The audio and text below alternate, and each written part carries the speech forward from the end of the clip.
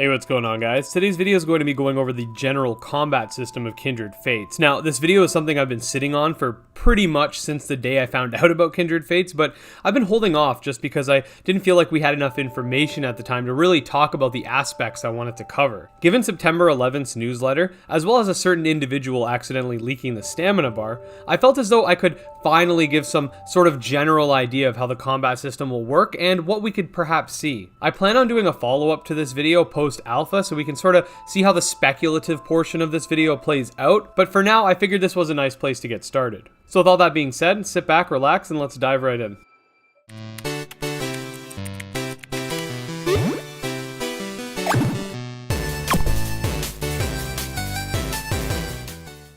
So, for those of you who don't know, Kindred Fates is a monster taming action RPG with a heavy emphasis on its open world, permadeath, kinfolk sentience, and of course, real-time combat. The game's honestly had me hyped from the second I laid eyes upon it, and I've been following the project ever since. Anyways, the emphasis on real-time combat is really important given the topic of today's video. Sure, it'll have a turn-based mode for those who are more classic RPG inclined, but the bulk of Skymill's time is likely going into molding the default action combat. The game will feature 159 kinfolk, with the devs specifically stating that balancing will be a priority and the competitive scene will be heavily influenced by said balancing. With most monster taming games, the pre-evolutions of monsters tend to be weak and in most cases inferior to their evolved forms. Yeah, shut up, Chansey. Kindred Fates, on the other hand, aims to break this norm by having it so that each kinfolk is viable and will have their own unique niche that sets them apart. Now, with 159 kinfolk, I'm sure that not every single one will end up being top tier, but having that goal in mind makes me very confident that each kinfolk will have its own unique use in some way or another. The best way I can describe the combat is to sort of compare it to a cross between League of Legends and Dark Souls. We don't see it in any of the trailers, but there will be a stamina bar and some type of roll dodge equivalent, as dodge-based invincibility frames have been officially confirmed as of September 11th. So that sort of gives us the Dark Souls comparison, and with regards to the League of Legends comparison, the combat seems to follow that League format given the cooldowns between attacks, the HUD, the various playstyles in which we will touch upon, and because Daddy Rob said so. From what some of you may know from a game like Dark Souls, stamina management as well as balancing risk and reward is crucial. We haven't been given confirmation on this, but I wouldn't be surprised if attack cancellation, aka the ability to stop attacking after pressing the attack button, isn't a thing. It's not present in Dark Souls or Bloodborne and forces you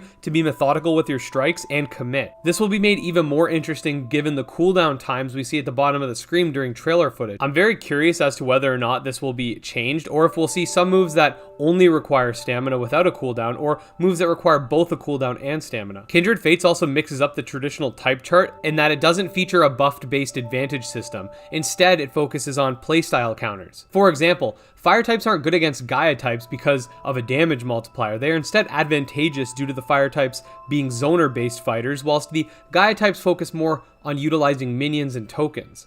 I did make 2 videos going over the type chart and how each type has its own unique focus, so to avoid redundancy, I'll run through it real quick. Fire types are zoners, water focuses on combos and flow-based movement, Gaia type focuses on token and minions, air types are glass cannons, earth types are walls, mecha types are bruisers and tanks, light types focus on buffs, dark types focus on debuffs, and null types are a jack of all trades, so to speak. Now, given the real-time aspect of the game, coupled with the stamina system and the dodge mechanic, I could see the game having a much wider gap between player skill than a turn-based game. Though strategic, turn-based games lack that level of urgency and reaction-based input.